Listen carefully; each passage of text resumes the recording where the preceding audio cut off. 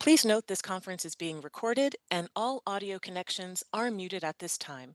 If you require technical assistance, please open chat with the associated icon at the bottom of your screen and send a message to the event producer. With that, I'll turn the conference over to Jay Bosenko, Deputy Archivist of the United States. Good morning, and thank you. I'm Jay Bosenko, Deputy Archivist of the United States. It is my sincere pleasure to welcome you on behalf of the Archivist of the United States, Dr. Colleen Shogan, who is unable to join us today. Welcome to the third meeting of the sixth term of the Freedom of Information Act Advisory Committee. A decade ago, I was not using glasses, at least 20 pounds lighter, and I had less gray hair. But we at the National Archives established the Federal FOIA Advisory Committee. And I had the true privilege to speak at its inaugural meeting. And I noted then that FOIA administration and its processes are not something that is, nor should be, entirely government run. FOIA is a partnership between government agencies that implement the law and policies and the requesters who use the law and policies.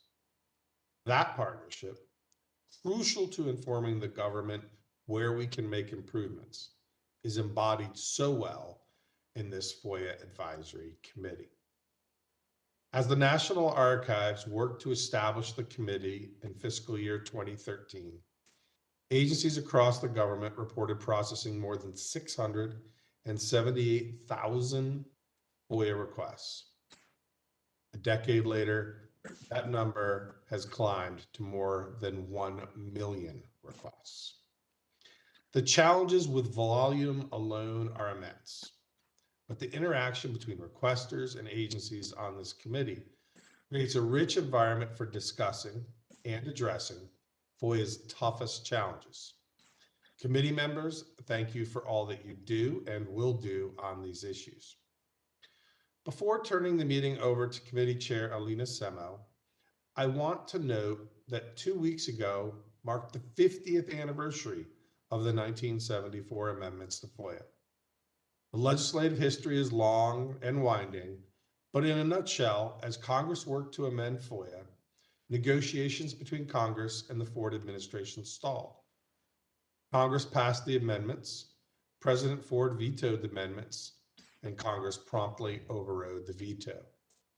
Today, there are timeframes for agency action on FOIA requests, appeals, and litigation, and agencies must report annually on the administration of FOIA, both first established in the 1974 amendments.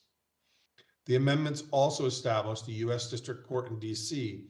as a universal venue for FOIA lawsuits and gave federal judges the power to review classified documents in camera to determine whether the records were properly classified. During the debate in the U.S. House, Representative Silvio Conti of Massachusetts urged his colleagues to vote to override the presidential veto to, quote, strengthen the public's right to know what its government is doing. When this right to know is bolstered, democracy will work better. Representative Conti's words fit so nicely with the National Archives' new strategic framework announced earlier this fall by Dr. Shogan. The framework, which will guide development of a full strategic plan for 2026 to 2030, includes strengthening democratic participation and inspiring civic engagement. FOIA can and should very much play a role in both. So, with that, happy 50th anniversary to the 1974 FOIA amendments, and thank you to all of you who participate in the advisory committee.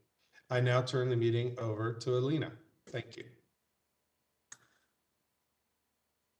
Thank you, Jay. Really appreciate your opening remarks, and we appreciate your continued support of the FOIA Advisory Committee and the great work that the committee has been doing.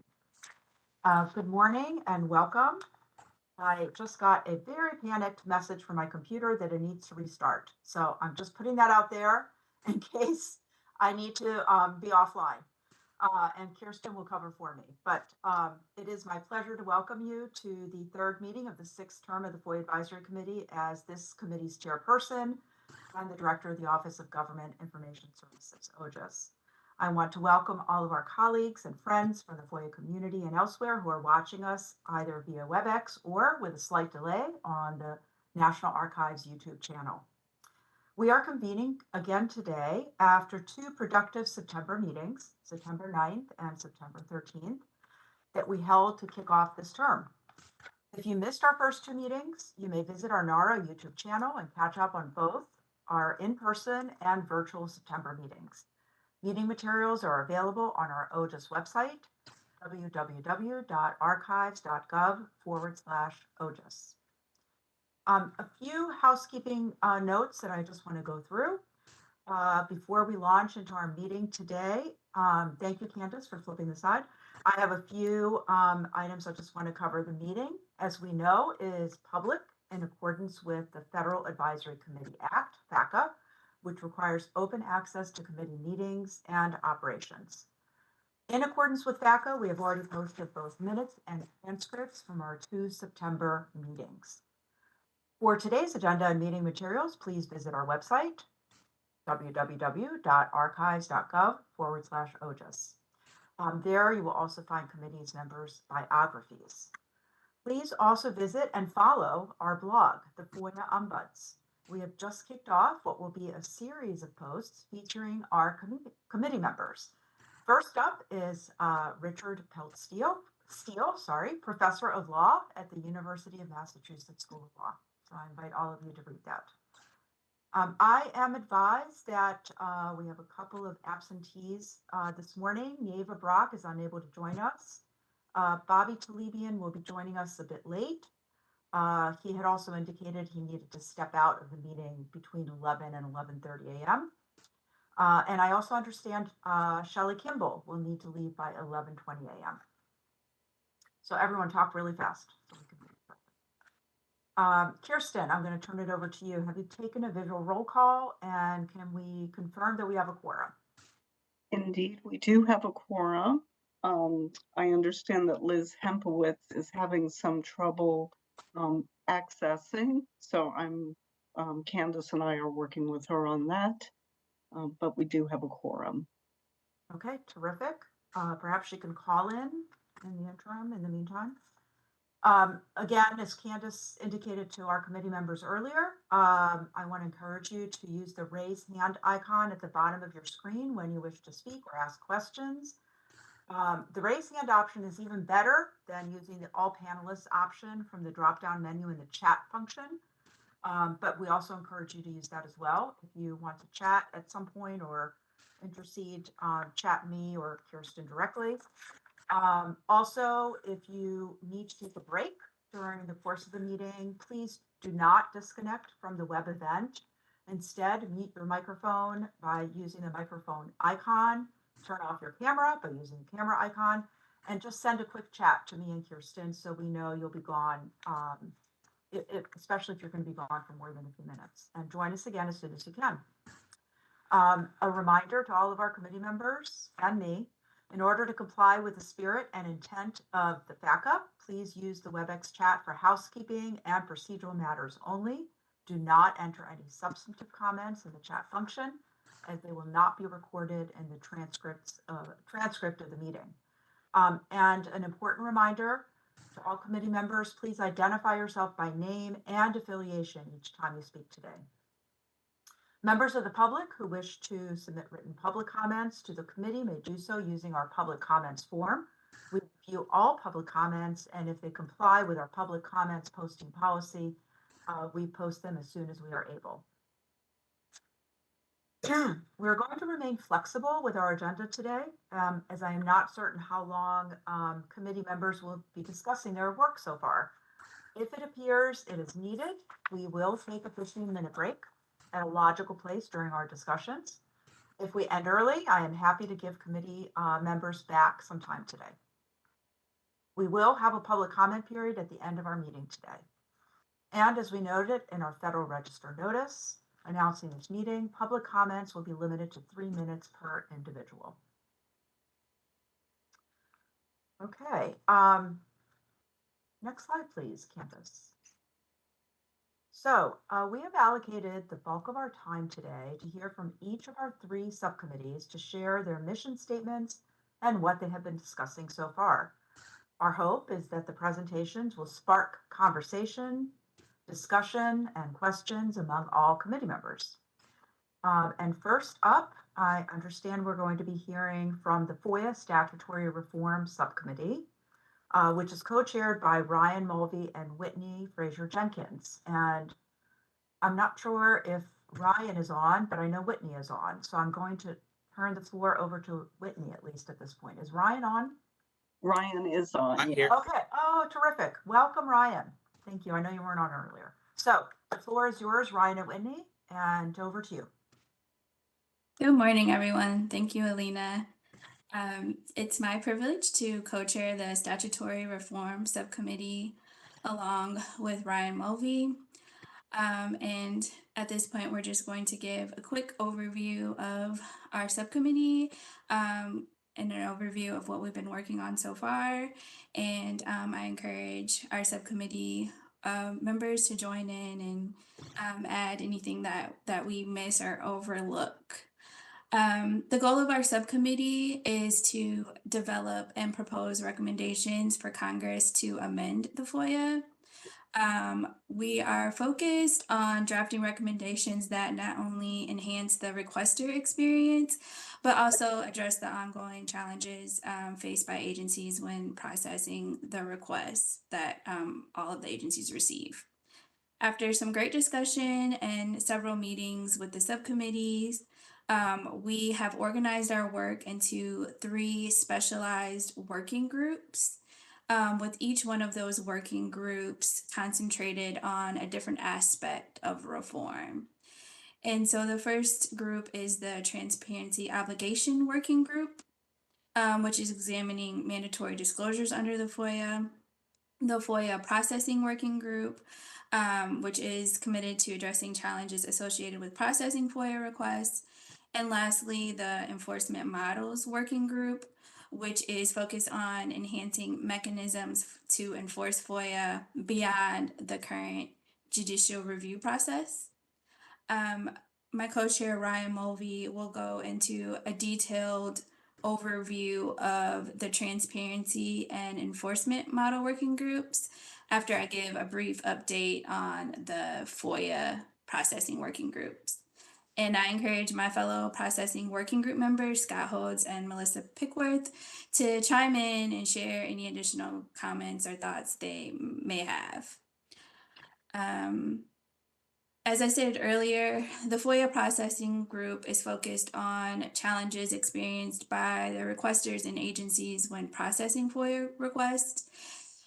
This working group is still in the exploratory phase, but we are exploring issues such as how litigation affects agency resources, the administration and management of requester fees, funding for reading rooms, which impacts mandatory disclosures and proactive disclosures, and the application of statutory exemptions. Our goal is to develop recommendations that, again, improve processing issues for agencies and requesters. So at this time, I'll ask Scott or Melissa if they would like to add anything regarding the FOIA processing group. Scott Hodis, USCIS Chief Counsel's Office.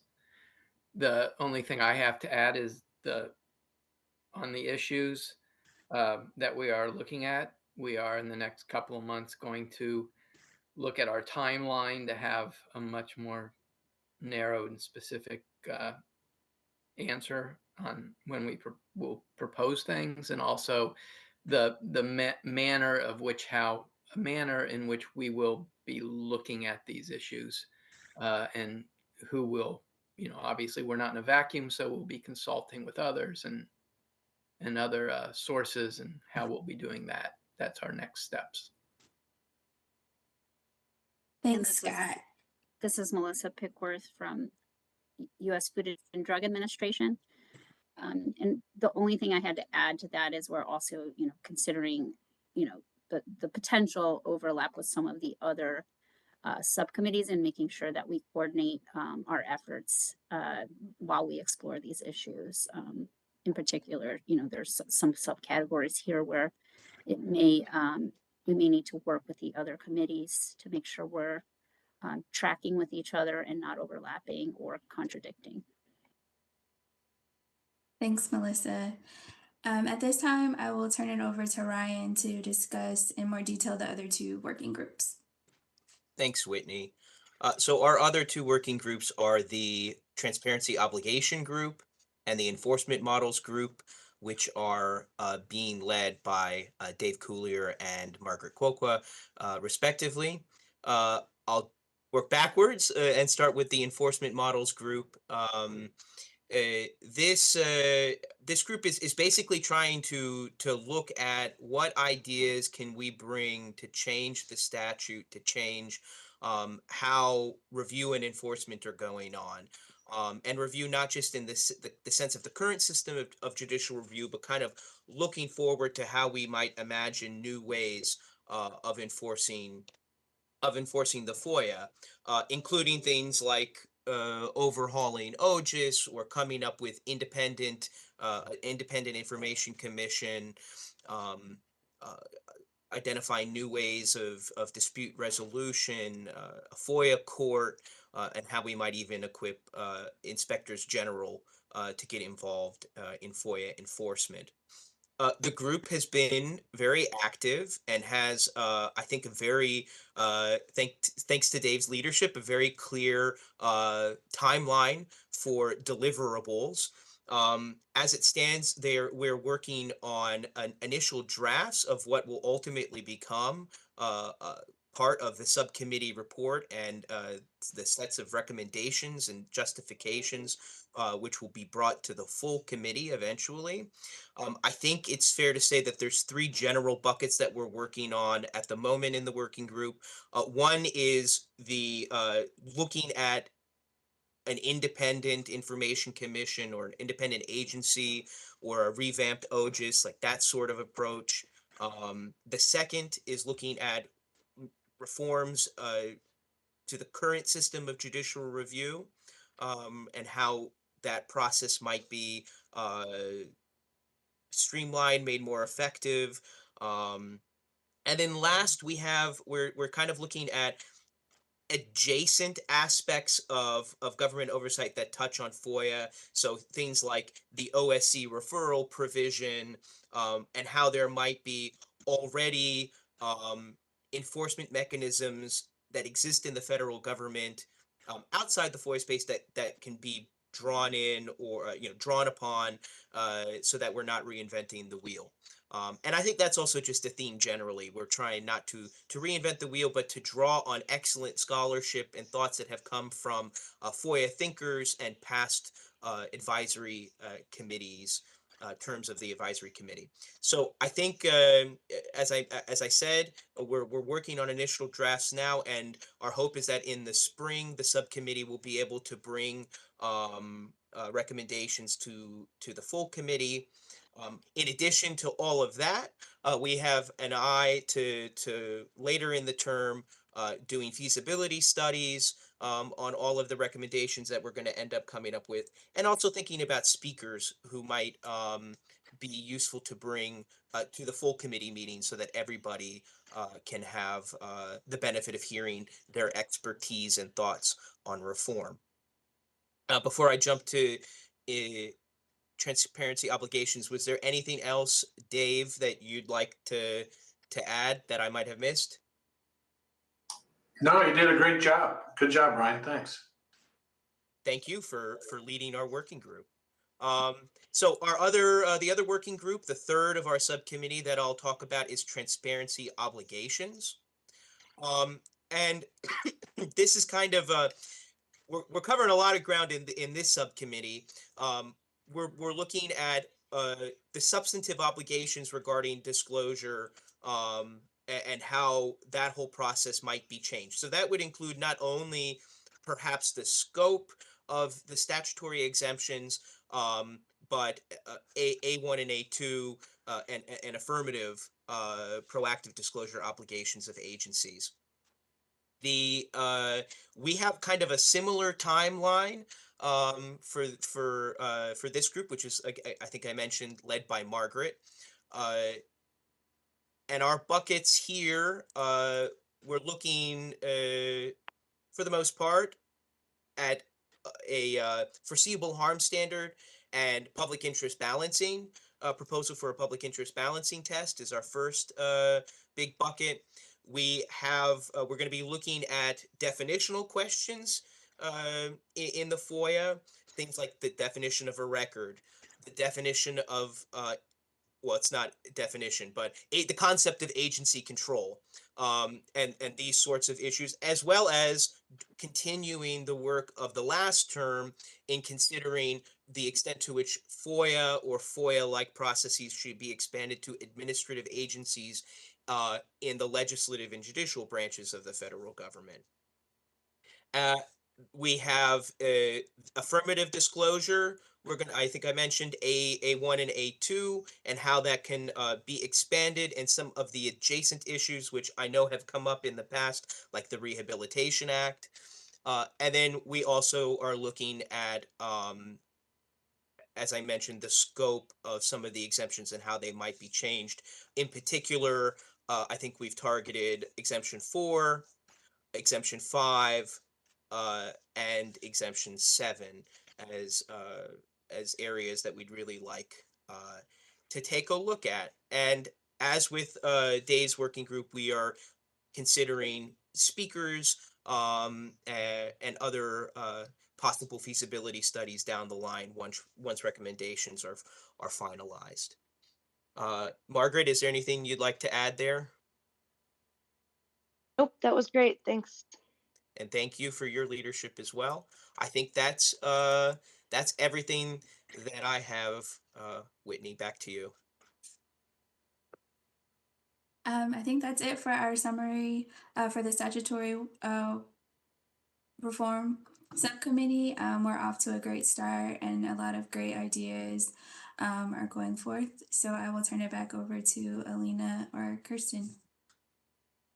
Thank you so much, Whitney. I just want to invite any other committee members, if they have questions for the subcommittee that just presented, please speak up.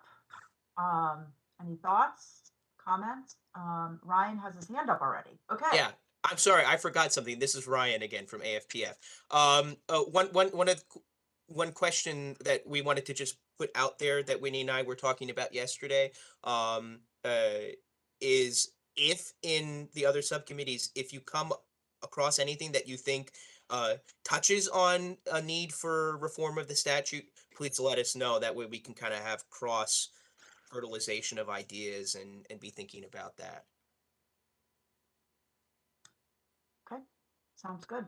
Any other committee? Oh, Jason has his hand up. Jason Barron, go ahead, please. Hi, Jason Bear. Ryan and Whitney, have you given any thought to when you're developing these reform proposals to ask for public input?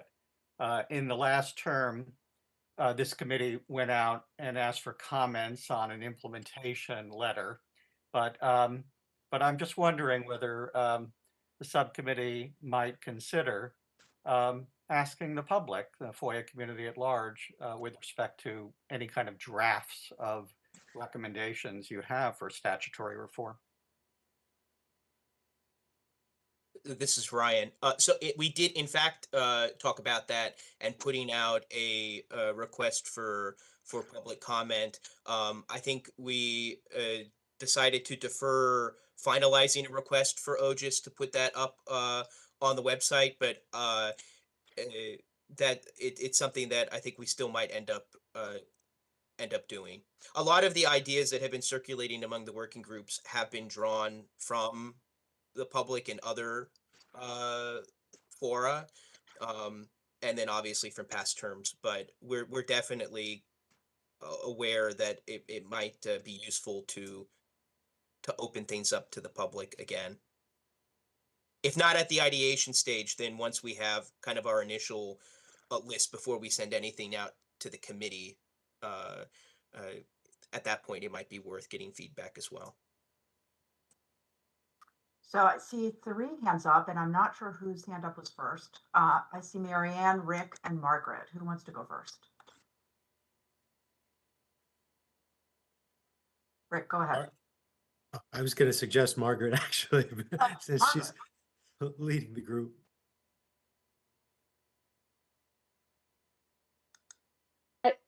Sure, I was just going to briefly add on to what Ryan said in response to the public comment question, which was that in both of the working groups I'm involved in, at least as part of this subcommittee, we're really, I think, trying very hard to draw on especially past recommendations of this advisory committee, of previous terms of this advisory committee, which are usually based on previous public comment, public input, and agency consultation. And so trying not to duplicate that work, both so that we aren't engaged in obviously duplication, but also not going back and asking agency folks to kind of, you know, redo input on the very same questions over and over again, et cetera. And so the goal is really to use as much of that past work as possible. And then once we're sort of getting to the point of crystallizing what the recommendations or proposed recommendations might look like, figuring out where gaps in that might exist, where we want further consultation, and then thinking about how to frame public comments about that. So I just wanted to sort of just add in that I think there's a good amount of public input that's already baked into a lot of the recommendations we're basing our work on. Thanks. Okay. Rick, would you like to go next? Sure. I have a selfish curiosity question, and I with no judgment either way, but I was just curious about the mention of agency control within the obligations working group, and wondered if that might be fleshed out, what it means. In particular, I was wondering if agency control implicates privatization or quasi-privatization, or if it means something else.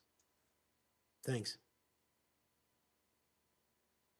This is Ryan. So what we mean by agency control or control questions generally are records that are in the, when you file a request, whether a record that's in the,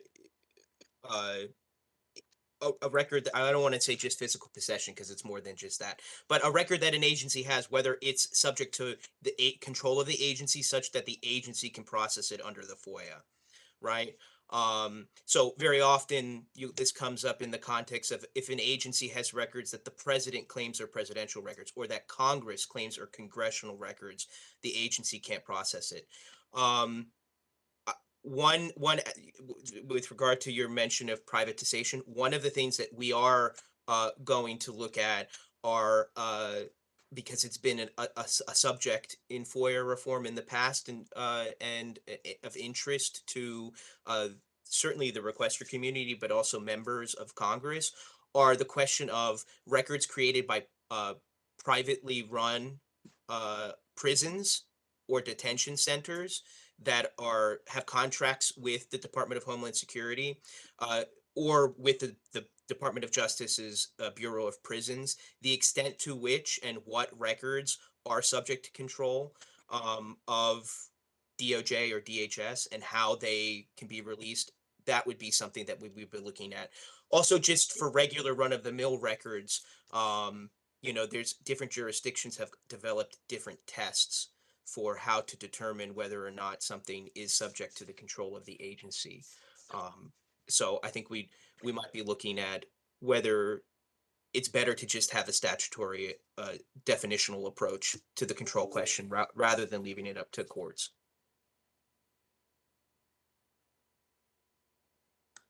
Great. Thank you so much, Ryan, for that. And Rick, great question. Marianne, you've been so patient.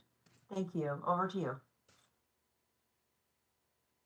Hi, I'm Marianne Menheim from NIH. And I just wanted to say, as the only government person that's on this transparency obligation working group, I just want to add that it's been fascinating because actually at the first meeting we ever had, I was thinking like, we never hear from the public, and these guys are the public. And they have a lot of like specific things like Ryan just talked about, and a lot of things that as the only government person there, I just kind of tend to think I'm like, no, but this, no, but that, no, but this. So I just want to throw in that I feel a little bit outnumbered, but I'm also glad to be in the room on these things because I get to hear their take on it. I do, Jason, agree, like it would be good to get more public comment. I also think it'd probably be good to get more government like involvement on some of these ideas because a lot of my reactions are like, whoa, where are you going with this? So I'm just going to throw that out there for my own committee. And I am really glad to be on it because I'm learning a lot. Okay, great. Thanks, Marianne. That's actually a great reminder to everyone. It's not too late to join any of these 3 working groups. I'm sure they're going to invite you in with open arms. So even if you're serving on another subcommittee, it doesn't mean that you're precluded from serving on one of these working groups in this subcommittee. So think about that, and things can shift around very easily. Okay, any other thoughts on statutory reform? Once, going twice. I don't see any hands up. I'm looking around. Okay. All right. So next up, Candace, next slide, please. We're going to hear from Volume and Frequency Subcommittee. It is co-chaired by Nick Wittenberg and Neva Brock. Unfortunately, Nick, you are alone today. Neva is out. So I'm going to turn the floor over to you, Nick. Good morning. Good morning, all. Nick Wittenberg, co-chair of this committee from our media. Been really honored to work with Neva on this committee. We've also had a lot of excellent support from our fellow advisory committee members, and we've had some interesting discussions and meetings over the past couple of months. It seems like just yesterday we were at the National Archives for our first initial kickoff. I'm going to go through a couple of points to just kind of crystallize what we've been discussing these past couple of weeks. The first one is we drafted our purpose statement and goal, which can be found on the Archives website for the FOIA Advisory Committee. We had a lot of thought and discussion about the purpose of this is obviously volume and frequency has gone up, as we've seen across many industries and government with data going up. So that is I think these 2 statements had a lot of thought and care put in and had individuals in government as well as private side folks like myself, potentially with government experience, put some thought into it. So I encourage everyone on the committee as well as our public at large to visit those statements. The success is they're rather brief, which is kind of nice to crystallize what we're trying to do with our subcommittee. The second point, we're working on a definition of challenging FOIA requests. So as Ryan had noted, maybe we could have some, I think he said cross curtilage, so maybe cross pollination, whatever the crossover language is. But I think this is something we really tried. I put out an expansive one, and Alina encouraged others on our subcommittee to chime up, and they did. So we're working on that about what is a challenging FOIA request. Some of the points we discussed. What is challenging for me is no trouble for a seasoned pro like Alina, or agency size, or professionals, or technology, or staff, or the request. So we definitely have been throwing a lot, and we're really excited to hopefully get something, get a little meat on the bones for this definition here. We have also had some guests appear at our meetings. Big thanks to Dave for inviting Colleen Murphy, who's the executive director and general counsel of the Connecticut FOIA Commission. So she presented at our subcommittee on how the commission handles vexatious requests. And they also provided us with these very detailed reports of individuals and a lot of information. And I think our subcommittee had some very interesting questions. They note that in a particular situation, this involved, if my memory serves, municipalities in the state of Connecticut. And obviously the situation is if you're determined in Connecticut a vexatious requester, are you banned for a year? And, other kind of situations. Is that per agency, per department at the city or state level or county? And so we thought that could be a potential area of great discussion that we've had and really cannot thank Colleen Murphy enough for presenting. I had a lot of questions. I think is for the federal family, how does this is it potentially somebody like OGIS or another group could potentially serve a similar situation? Is it agency specific, timeline, fees, and can you use a potential determination for another agency? So a lot of great questions were asked. Obviously, not an easy issue, as we noted at the beginning of this meeting with our logistics. Is transparency is extremely important. And then we also had the logistics of email addresses, IP addresses, and so those things. So we have a lot of great discussion, which led to our fourth point. And I know a number of the other subcommittees are probably working on something similar. We're looking at developing a survey of FOIA professionals on issues and solutions related to volume. And our discussion is how do we get a nice attendance and from across the federal family, as well as from the various individuals in the chain of command, to identify how big their agency is, how many requests they have. So the one area we thought would be interesting to explore is ASAP. I had the pleasure of previously serving on the board of ASAP, and I'm honored that our current president of ASAP is one and only Ryan Mulvey, who's here. So we're probably going to reach out to ASAP because they have a meeting coming up in Vegas, and we're hoping to get a wonderful attendance where we could potentially put some questions out there to FOIA professionals and get a nice response from the federal family. We're also considering sessions with the agencies. So one thing we noticed is sometimes it can be challenging to get honest and frank discussion, or at a minimum, just people to participate. So we're looking for areas so we can really get a wonderful response. And we've noticed with the other subcommittees, they potentially have some other surveys. So I think our kind of thought and recommendation to the FOIA Advisory Committee as a whole is, for example, let's say our subcommittee has 3 questions and another one has 3 others. Potentially, we could do this in a one-stop shop to encourage attendance. There's some other thoughts about that, but we are really excited the work we've done in the past couple of weeks to identify the volume and frequency issues that I think have been challenging our professionals and our agencies across the FOIA and the federal government. If any other of my other subcommittee members have some points to add, I really welcome that.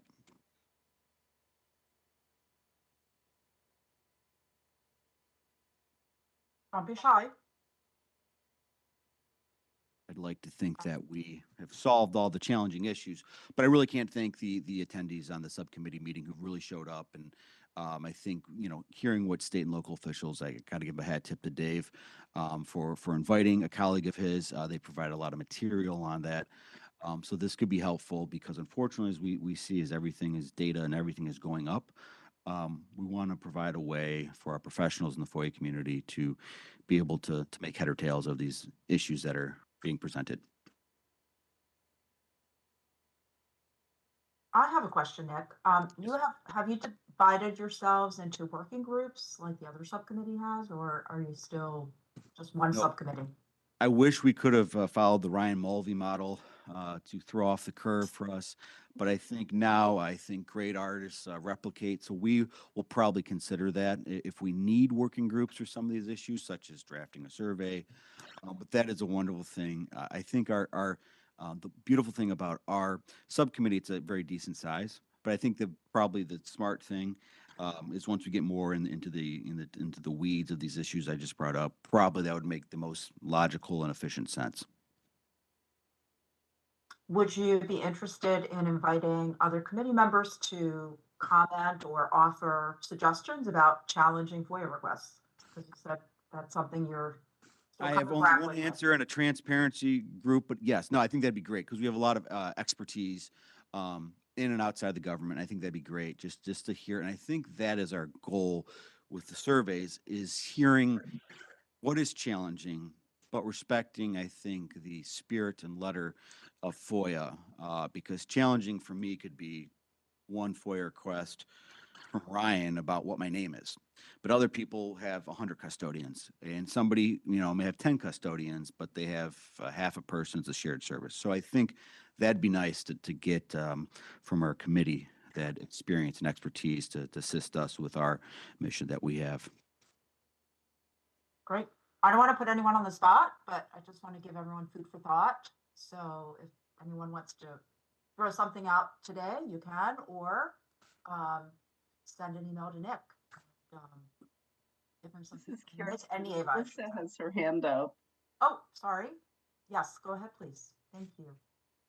Yeah, I was just going to say in exploring what it means to have a challenging request, I think, that could be the request itself, but it also could be the resources the agency has to manage that request, because there are times where either technology or the available staff to process these, it may not be truly a burdensome request for most agencies, but for that particular agency, if they don't have the right solution in hand to be able to address it, it could be challenging for them.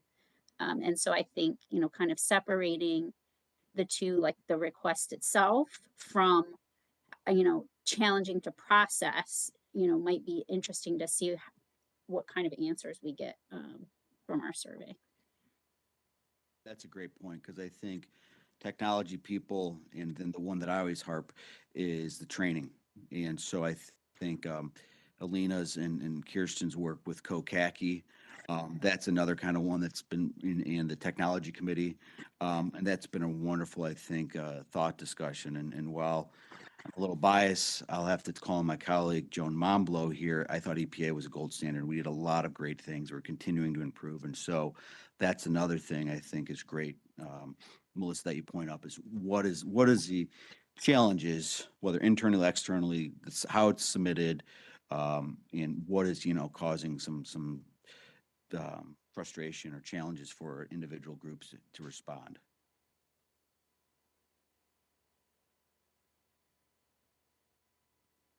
Okay, I don't see any other hands up. I'm still looking though. Jason, go ahead, please. Thanks, Nick, for that. There's a tremendous volume of FOIA requests across the government, more than 1 million. And most requests may not be voluminous among themselves, but cumulatively they are for agencies. There are some requests, however, that are voluminous by themselves. And Nick, that I've been on a soapbox about AI as a way to manage those most complex requests that involve hundreds of thousands of hits on documents that you get with keywords. And I want to just take the opportunity to say that I put in a comment to the in response to a GSA call for comments on the 6th National Plan for Open Government. In that comment, I said that the 6th National Action Plan should commit to a government-wide effort to apply AI techniques to assist agencies in managing FOIA backlogs. So I would encourage you and your subcommittee members maybe to have a conversation with our implementation subcommittee, because as will be discussed a little bit in a few minutes, one of our priorities is to think about AI and e-discovery as techniques. And I think there'd be a lot of overlap going forward in asking agencies questions and developing proposals during this term. No, Jason, that's a wonderful comment. Really take that up, your offer on that. Because I gave an AI 101 training when I was on the tech committee, and happened to attend with Alina when she testified in Congress. And I think the beauty is, as a lawyer, I can't go a week without hearing some type of program on AI or generative AI. But I think how do we in government break down the silo? So if it's an IG investigation, congressional investigation, FOIA, litigation, privacy, to manage our limited resources, but then make this information more accessible so that people can get at the information quicker. So I really appreciate your comment to the sixth open government plan that's been put out there, and I know the fifth one had a lot of good information and responses to it. But this is something I think we can really take on and really help and power through to get that information out there. And I think also for folks to review information that's already out there. So I think it's a dual win for requesters and for government agencies.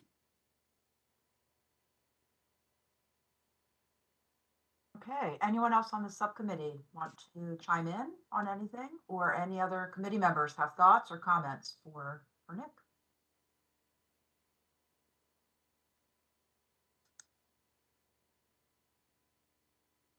I'm pausing for a second. I don't see any other hands up. Everyone should have a second cup of coffee. Okay. So Nick, thank you very much. I really appreciate that presentation. And next slide, please, Candace. So we're really moving along very briskly in our meeting today. I might actually give everyone back a lot of their time. So everyone should be happy about that. And so last but certainly not least, we're going to hear from the Implementation Subcommittee, co-chaired by Jason Barron and Marianne Mannheim. Jason and Marianne, you have the floor. Hey, thanks. And hi, Marianne. So Marianne and I want to divide up a little of the responsibilities here and have a couple of other people speak. I want to thank the subcommittee members that have worked so diligently so far. They consist of Kevin Bell, Shelley Kimball, Deborah Moore, Frank Lamont, Ryan Mulvey, Liz Hempowitz, Richard Pelt-Steele, Sarah Weixel, and Joan Monblow. And you'll hear from several of our subcommittee members. I just want to set the table here in describing how we conceive of the committee. Why don't we have the next slide up for that first slide at the moment, and I'll tell you when to go to the next. In the last term of the FOIA Advisory Committee, an implementation subcommittee chaired by David Coulier was set up to evaluate how much progress federal agencies have made in implementing the past recommendations coming out of this FOIA Advisory Committee during what was then 4 prior terms and now 5 terms that had been approved by the archivist. At the beginning of last term, there were 50 recommendations outstanding that had been approved by the archivist. And by the end of, that was at the beginning of last term, at the end of last term, there were 66 recommendations that have now been collectively approved. And as we noted in the implementation subcommittee last term and the FOIA Advisory Committee in its final report, the committee recognized that at the present rate of accumulating recommendations, there would be over 100 in a couple more terms. And this seems to be something that would cause us to pause and perhaps reimagine what the purpose of this subcommittee is. It's not only in taking actions to make more recommendations, but to figure out how the existing set of recommendations can have higher visibility and more impact throughout the executive branch. So with this background in mind, this term, what I'm calling Implementation Subcommittee 2.0, there's some key words in this and the next slide. In this slide, you'll see that what we're attempting to do is to review select past recommendations of the 5 previous terms, not to do a kind of a boil the ocean comprehensive look at every recommendation again and how it's being implemented, but to select and to evaluate those recommendations that have the greatest executive branch impact and are best targeted to specific agencies. So why don't we go to the next slide? And you'll see that the focus here is what I just said. And we'll talk a little bit more now about the variety of ways that we've been discussing approaching this issue. I want to say in particular, though, that I would like to thank Bobby Talibian publicly as head of DOJ's Office of Information Policy for taking up the recommendation of last term which was 2024-14 that was approved by the archivist, to have DOJ embed a question in the chief FOIA officer's report, asking agencies to report on how they have implemented past recommendations coming out of the committee. So the data collected on those reports that will come out in 2025, in my opinion, will greatly aid our subcommittee's work as we analyze how past recommendations have been implemented and what recommendations or other actions we should take going forward to increase the impact of our work. And so with that as the opening, Marianne and I have asked that several members of our subcommittee say a few words here on the activities that we've been discussing. And Richard Pell-Steele, Deborah Moore, Frank Lamont will speak to those. So why don't you go, Rick? Why don't you be up first? Sure. Thanks, Jason. I'm Rick Pelt-Steele, University of Massachusetts Law School, and sorry I forgot to say that last time.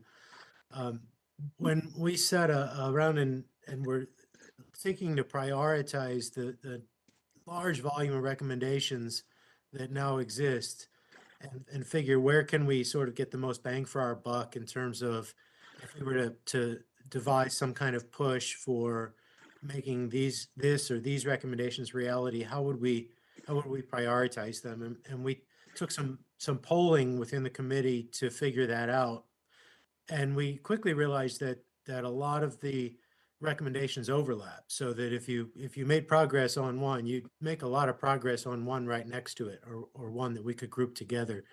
So I took an initial stab at trying to round the recommendations into priority categories, so we could talk about those priorities rather than the specifics of the recommendations.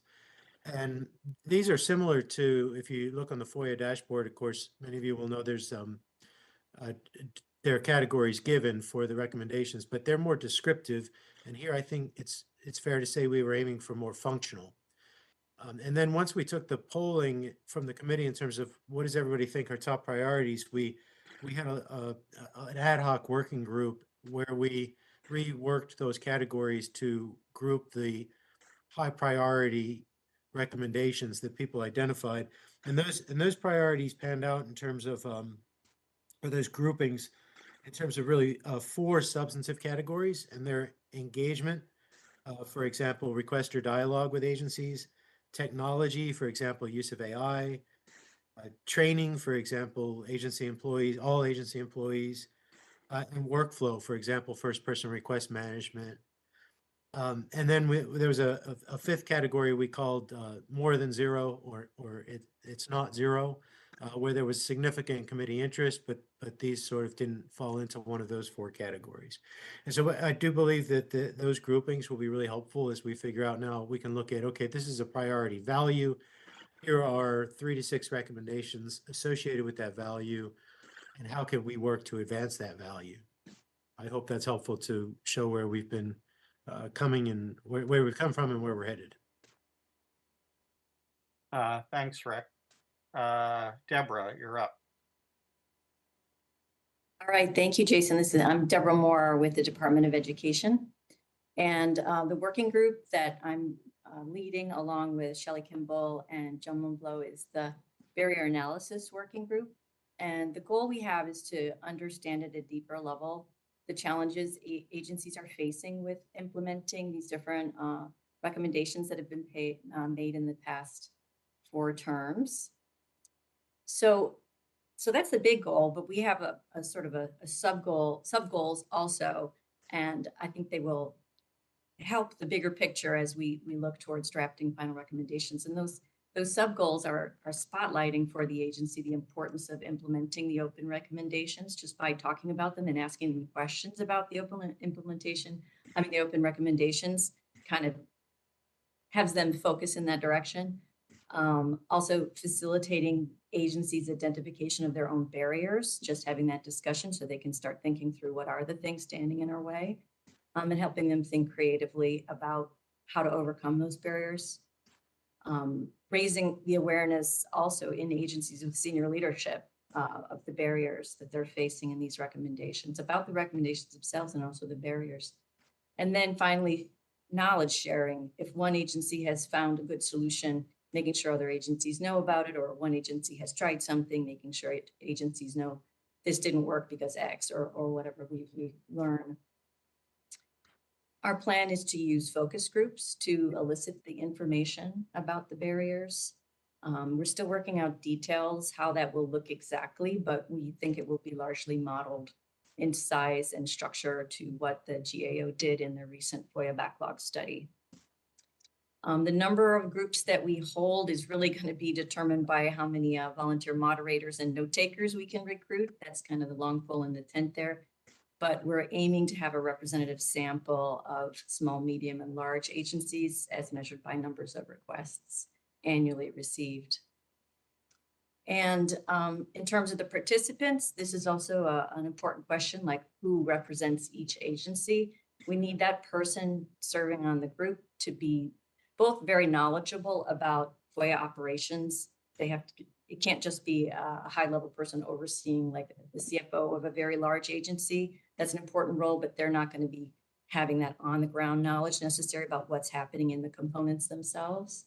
So we need that direct knowledge of FOIA operation and organization, but also someone with enough decision-making authority, or at a minimum, insight into the decision-making process so they can understand how resources are being allocated and how decisions are being made about the different recommendations. So we need just the right person, and figuring out how to identify that person is going to be an important step.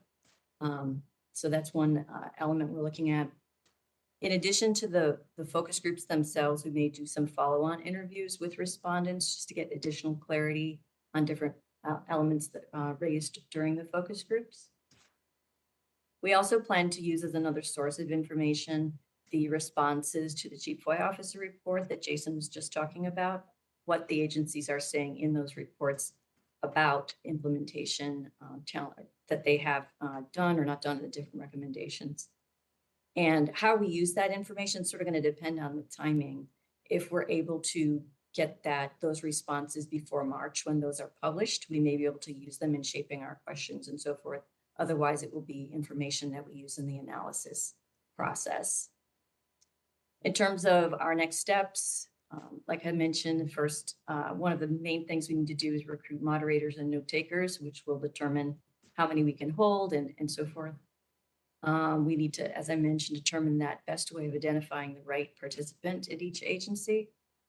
We've begun working on our questions, but we need more effort towards that, revising and revising them, drafting them, getting the right questions, the right number, and the right question wording. We want to define and refine the protocol for focus groups, because if we will be having several of them, we want to make sure that they're conducted in the same sort of way generally. And then possibly exploring some training for moderators and note takers at a minimum to level set that protocol, but also if we can get some more training for them on eliciting responses and conducting a focus group in general, we'll look into that as well. I'd also like to see if Shelley or Joan would like to add anything to what I've said. I have nothing at this time.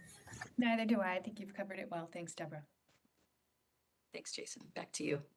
Okay, so then we're going to hear from Frank, and then Marianne, whatever additional thoughts you have, I'll go to you. Frank, tell us something that might happen between now and the next public meeting of the FOIA Advisory Committee. I mean, let me just sort of recap. Thanks, Frank Lamani with CNN, representing the news media. Let me just sort of recap where we've been since our September meeting. At the September meeting, somebody, may have been me, I don't know, floated the idea of potentially having seeking a declaration from the new incoming administration, not unlike what we saw from the incoming Obama administration on day one in 2009, where a statement was made that FOIA is a priority, is important, and agency compliance is something that the White House is going to prioritize. So the thought was that something that would be worth pursuing, recognizing that our committee typically works on on a 2-year time frame, and that by the end of 2 years, you'd already be halfway through a new administration. And did we want to try to do something on sort of an interim basis that would get FOIA front and center into the conversation with the new administration before the end of our 2-year term when we report out? And we had some very good volunteers, Liz Hembowitz, Deborah Moore, Sarah Weitzkel, and myself kind of comprised this working group that had several meetings to kick around different approaches to that. And one approach was an Obama-like declaration, looking at is there a way to just get in front of the transition team, whichever administration happened to be coming in, and try to get a day one or maybe even in coordination with Sunshine Week, day 55-ish declaration, just putting down a marker that FOIA is important and will be a priority. And then the discussion shifted somewhat to, rather than something that was kind of aspirational in nature but didn't have a lot of concrete deliverables to it, did it make sense to instead seek something that had actual accountability to it, a checklist, deadlines, and so forth.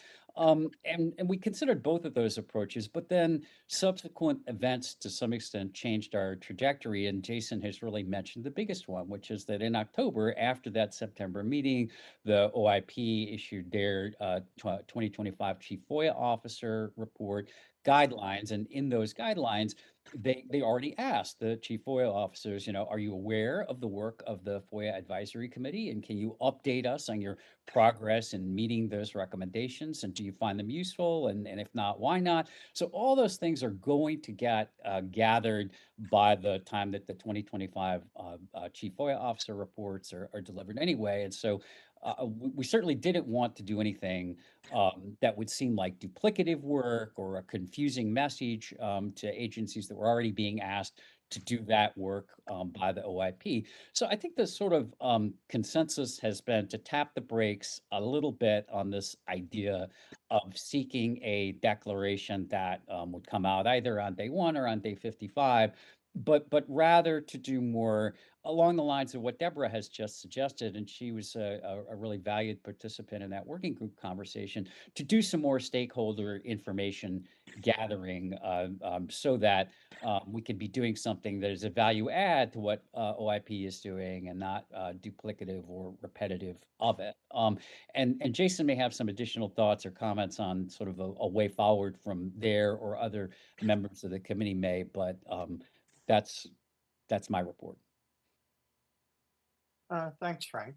No, I'll turn it over to Marianne for your thoughts. My final thoughts. So thanks, Jason. It's been great working with Jason. I just want to actually, I know Kevin's here too. I was going to point out, we've come up with a lot of different ideas even in these few months. And one of them, even Kevin brought up, Bobby, I don't know if you're here, but we were trying to do a positive side of this too, where it's not just what we're not doing, but what we can do. So one of the things that Kevin had brought up as well, I'm Marianne, in case I had to say my name again. And it was to find out the best practices that keep winning awards every year on Sunshine Week.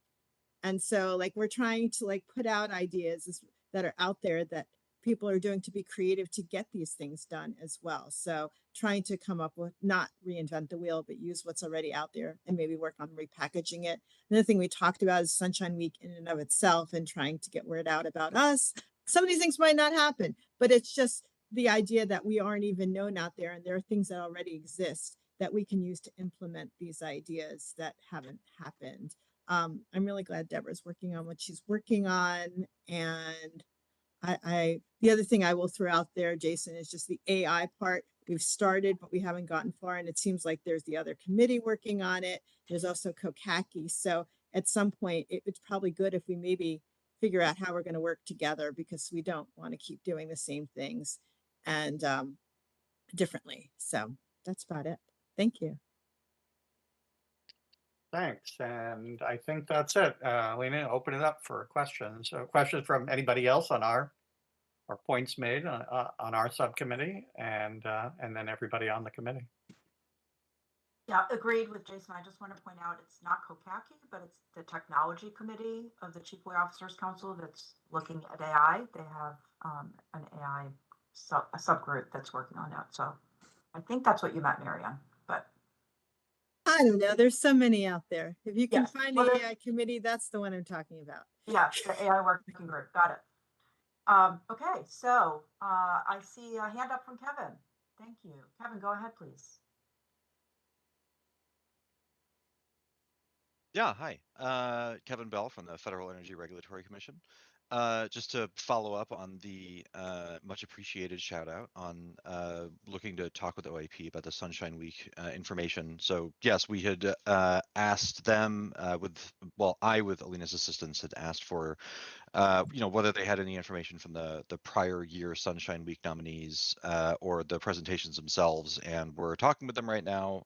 We exchanged a few emails on the subject, and they've provided us with at least the transcript for the most recent. And we're going to see what else we're able to get, just to get, just sort of a narrative description of what has been useful and appreciated as, FOIA innovations and significant accomplishments, and the extent to which those line up with prior recommendations of the committee.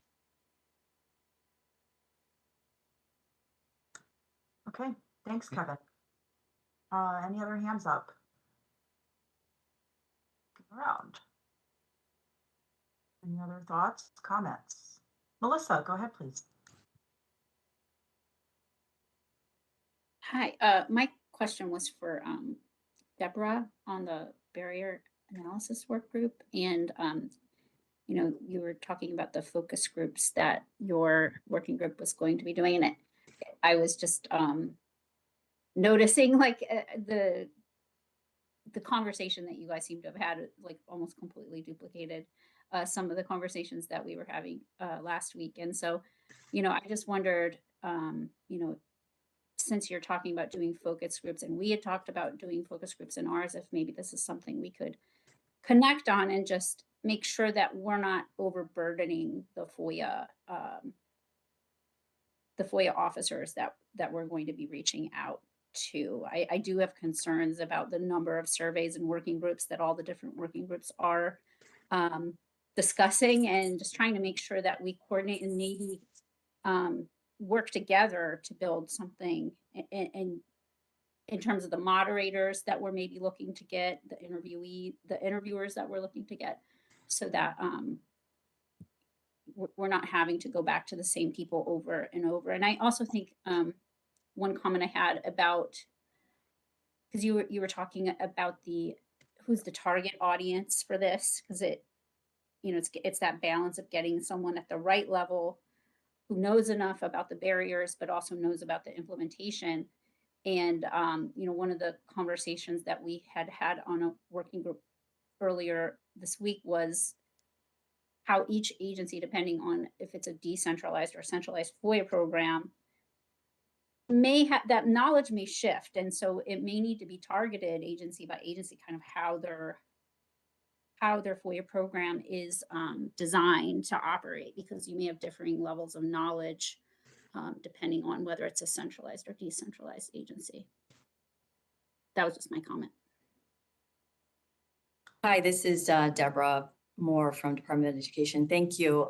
That is absolutely true. The potential, both what you flagged, that we don't want to overburden the communities and we don't want to be asking the same questions. And so we have, thanks to Shelley, who alerted us to this potential overlap, we've been having discussions about what this might look like, how we can work with the other subcommittee, other working groups interested in doing focus groups and outreach and so forth, because we do want to make sure that we have a coordinated effort and we're asking the right questions. And I think to your other point about finding the right person, we're not going to be able to know the right person. So my thought is we need to sort of describe the kind of role we need to agencies, and sort of maybe in an initial outreach request or a survey or something like that, ask them some initial questions and have them come back to us and say, yeah, we think this person would be the right person to represent our agency and so forth. So potentially it would be like a two-phase thing, reaching out and asking, telling them what we're trying to do, asking them if they're interested in participating, and here's what we're looking for, a time commitment, all those types of things, having them come back to us and name the right person. But that might be initial stage where we definitely would want to coordinate with the other working groups. Even if it means down the road, we can't do a combined focus group.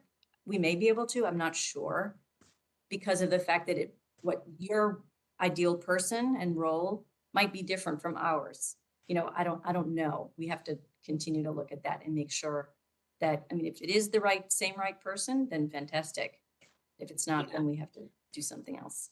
I think so. The committee I was talking about is the volume and frequency subcommittee, and I do kind of see a little bit of an overlap in the type of person you described with some of the types of people that we were looking for as well. So I think that's worth exploring.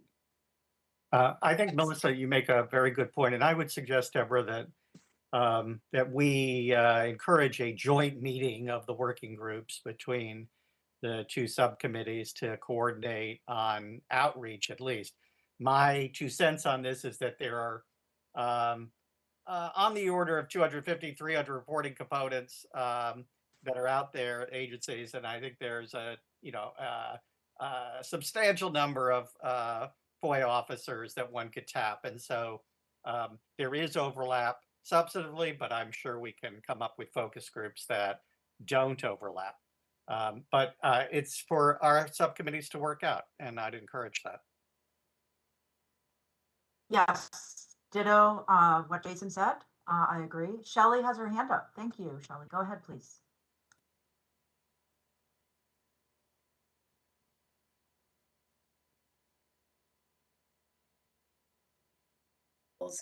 And outcomes and recruitment and questions. And I think when both sides have that shaped up a little bit more strongly, then we can compare and kind of see if we're working in parallel or if we need to be separate.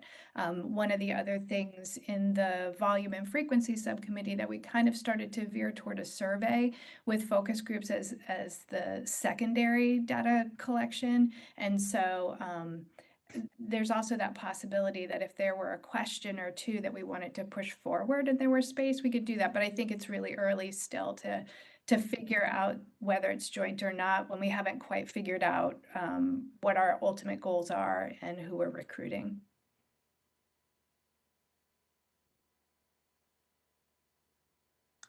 All right, thanks, Shelley. Nick, I see your hand up. Yeah, no, I love the conversation from Shelley and Jason, and I think, yeah, once we kind of sharpen our pencil, we'd love to get together. I think not reinventing the wheel, and if we have similar questions or slightly similar but different subcommittee interest, as Jason mentioned, there's 250 some FOIA reporting agencies. We would love if we could get that number. So anything that we can do to maximize our responses and get some rich information. And I think, yeah, once our subcommittee dots the I's and T's, we look forward to connecting with the implementation subcommittee.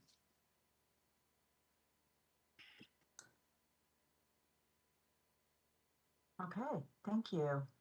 Thanks, Nick, for that comment. Any other thoughts? Comments on everything we've talked about? Some really great work that the subcommittees are doing. I'm very excited. Marianne, Jason, any other parting words? No, but Melissa, I think, has a question. Oh, Yeah, I just want, it's a comment actually, and I really liked the idea that Marianne was talking about in terms of tapping into the Sunshine Week Awards. I attended the Sunshine Week Awards last year, and I had a similar thought where I was like, wow, there's so many great ideas. I wish these were captured and written down so that we could all learn from them. And so I'm really glad that that's something that's happening. I think, if going forward, this is something that gets collected and distributed would be great as a resource, even if it's put on an OJS website or something where a broad community could see some of these really cool initiatives that some agencies are doing. I think we should spread the word beyond just the people that attend the Sunshine Committee Awards. Kevin, you have your work cut out for you. Thanks, Melissa. No, I didn't have anything else, and thank you. Sure. Jason? No, thanks, Selena. Okay. All right. We're just whizzing right along. I mean, we're just way over early, but that's okay. I promised I would give back time to everyone. I'm just going to pause for one more second, make sure no one else has any other thoughts. I know Shelley has to leave us in 5 minutes. So Shelley, goodbye and happy holidays. Okay, so we have now reached the public comments part of our committee meeting. We look forward to hearing from any non-committee participants who have ideas or comments to share, particularly about the topics we have discussed today. All oral comments are captured in the transcript of the meeting, which we will post as soon as it is available. Oral comments are also captured in the NARA YouTube recording and are available on the NARA YouTube channel. And as a reminder, public comments are limited to 3 minutes per person. So at this time, Candace, can I ask you please to give instructions to any of our listeners for how to make a comment via telephone? Absolutely. As we begin the public comment period, please click the raise hand icon located at the bottom of your screen to join the queue. You'll be given 3 minutes to make your remarks. You will hear a tone when your line is unmuted, at which time please state your name and affiliation, then make your comments. To assist you, there is a timer on the right side of your screen. It will begin counting down as soon as you start your remarks, and you will hear a 5-second warning when your time is up. Thank you, Candace. At this time, do we have anyone waiting in the queue? There are no hands raised at this time. Okay. That is fine. We'll just pause 1 more minute to make sure that no one else has joined us on the WebEx line has any other thoughts. I see a few attendees. Not our usual crowd, I will say that. Hopefully people will be watching on the NAR YouTube channel later and we'll catch up on the meeting because it's been a great meeting. Candace, I'll check in with you 1 more time. There are no hands raised at this time. Okay. All right. And so much for the timer. We're so excited to finally get it working and now we can't even use it today. Okay. Any other parting thoughts from our committee members? Anyone else want to share anything before we close up? Oh, thank you, Kirsten, for reminding me to remind everyone, we do accept written public comments at any time. www.archives.gov/OGIS/public-comments. Thank you, Kirsten, for that reminder. Okay, I don't see any other hands up. Anyone eagerly waiting to be called on. So I want to thank all of our committee members again today for participating in 3 meetings so far. It's unbelievable. We've had some great discussions, some really creative ideas that are going around in all 3 subcommittees and working groups. I know everyone is very hard at work and trying to improve the FOIA process, so I'm very grateful for that. I particularly want to thank the 6 co-chairs of our 3 subcommittees for all the great work you're doing in leading the charge. And I want to thank all of you for joining us today.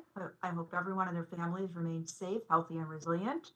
We will see each other again for our next full committee meeting on March 6, 2025. Hard to believe it's going to be 2025 soon. Do we have any other comments or questions that anyone wants to chime in with? Any announcements or anything else? Oh, I see no one. Okay, well, with that, I want to wish everyone happy holidays and a prosperous and healthy beginning of 2025, and we will see each other again on March 6th publicly. We will be hard at work in our subcommittees in the meantime. And with that, we stand adjourned. Thank you.